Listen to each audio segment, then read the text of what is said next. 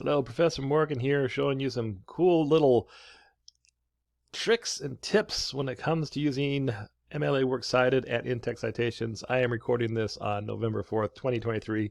So this is based on the latest edition of MLA formatting. All right, so I'm doing this because as I teach courses, it seems like a lot of folks just can't seem to quite get this right. So I'm gonna give you some highlights of kind of important things. All right, so if you are assigned to write a research paper and it needs to be in MLA formatted, first of all, note it's works cited. It's not references. It's not this. Again, this is not in bold. It's not an underlined, whatever. And I have other videos that show you how to set up a works cited page in different ways. So you can look for those on YouTube as well. Now, a couple things I want you to note on the works cited page. First of all, again, everything is in alphabetical order, okay, and it uses the hanging indent. Again, that's all part of the formatting thing that I'm not going to go into a lot of detail here. What I want to focus on is the fact that if your instructor says, hey, you need to have at least 4 outside sources, then your works cited page should have 1, 2, 3, 4, at least 4 outside sources. So if you don't have the sources listed, yeah, that's a problem, because often that'll be part of the assignment is like, how many outside sources are required for this paper? You need to make sure that all of those are listed, and they're listed in proper formatting with an alphabetical order. Okay, now moving on.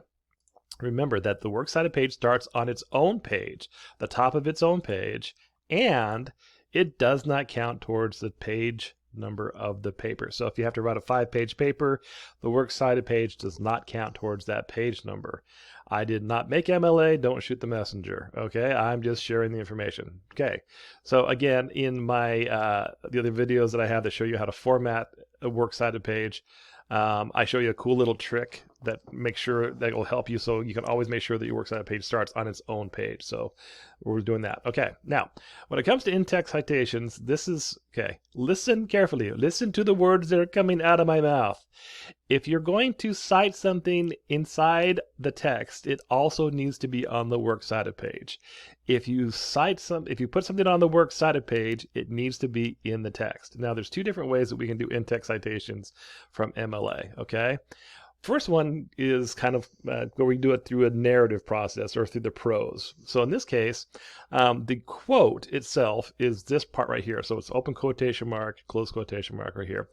And we've introduced where the quote is coming from. In this case, it's Roger Ebert. Okay, so Roger Ebert said this. Now we are putting exactly what we copied and pasted from Roger Ebert, okay, in this quotation marks. Now note, again, if you've fallen asleep to my melodious voice, please wake up. Note, the period is not there. It's there. And what is this 6? This 6 is what page number it is found on. Well, what happens if it's a online source and it doesn't have a page number? Then you don't have to worry about having the page number. You don't have to have this, okay? But if you do have something in parenthetical information at the end of your quote, the period comes after it, because the period is part of, hey, this all came from this source. The period ends that concept, that whole concept thing. The period doesn't go here and here. The period doesn't go here and not there. Its period's over there. Okay. Now again, so we've said, hey, I got a quote here from Roger Ebert. So that means that I should be able to go to the works cited page and find him. There he is. Okay. Boom. That is the works cited page. That shows the fact that, okay, boom, there he is. Okay, so I've got the person, okay, the source. So I cited it again. Let's go back in time here. I've quoted Roger Ebert, and I made sure that he is there on the works cited page. Life is beautiful. Okay, let's look at another way you can do this. Okay. In this case, we don't introduce who the quote is coming from in ahead of time. We just start off with the quote. So in this case, the quote is directly from, it starts from here and it goes to here. Okay, now who said this? Well, we didn't tell you ahead of time. We didn't say who said this quote. So we're going to put it in parenthetical information at the end. So it just so happens that the person that this quote came from, the last name of the author is Lawrence, and it came off of page 21. And again, if you don't have a page number, then you would just leave that. It would just be Lawrence, close quotation marks. But again, note, the period is not there. It is there. Okay? It comes after the parenthetical information. So again, if I go to Lawrence, okay, I'm thinking, okay, and again, the concept is if I want to know more about what Lawrence has to say, then I can go to the Works Cited page and find Lawrence and say, oh, there he is. Okay, that's where that came from. Okay, vice versa. Again, as a professor, if I'm grading and if I go to a Works Cited page and I see, let's say, this many sources, right?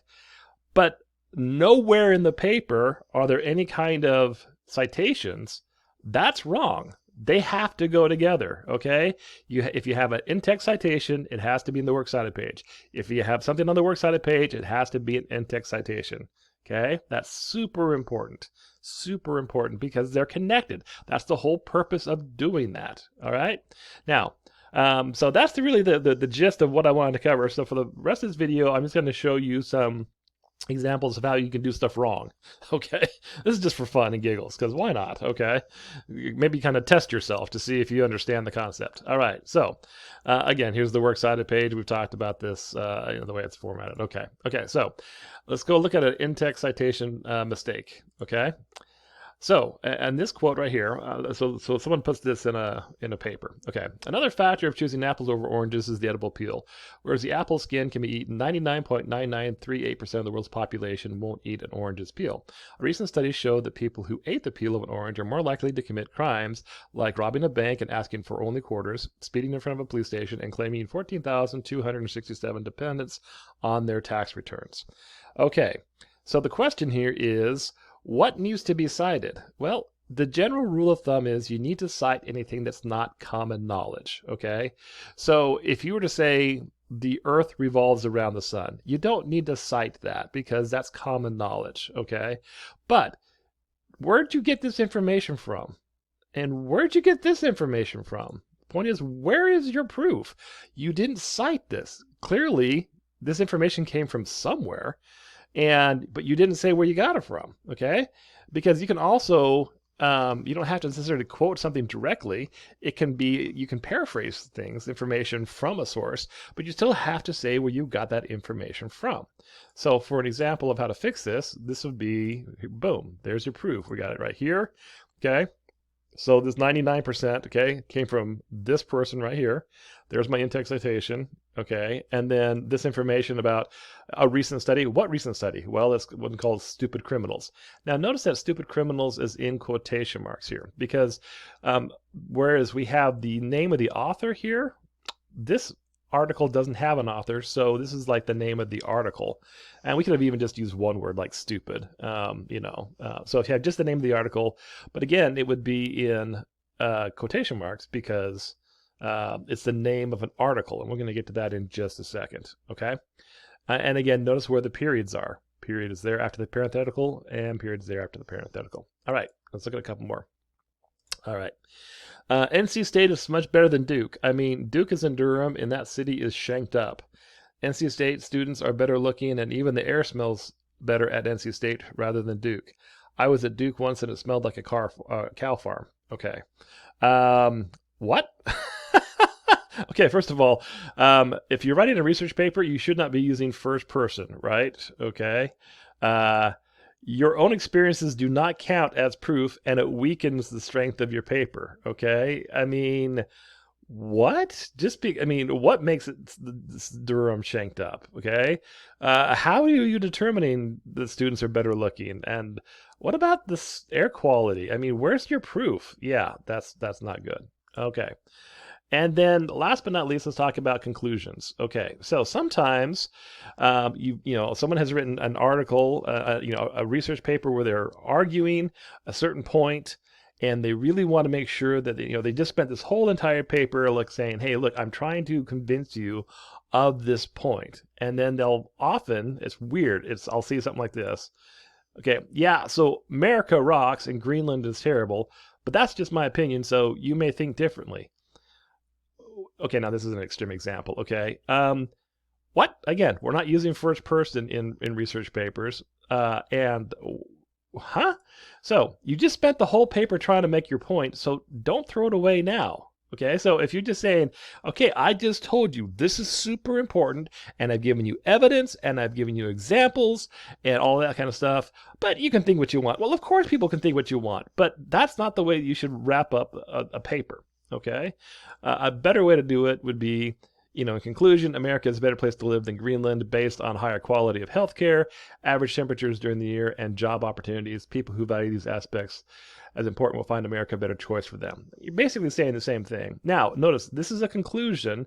So you're saying we're just concluding the main points that we made during the paper. So there's no parenthetical, there's no in-text citations here, because we're not adding new information in the conclusion. We're wrapping up the main points. So anyway, there's a little video there on MLA formatting and in-text citations, and I hope this has helped add some clarity to what you need to do. All right, thanks.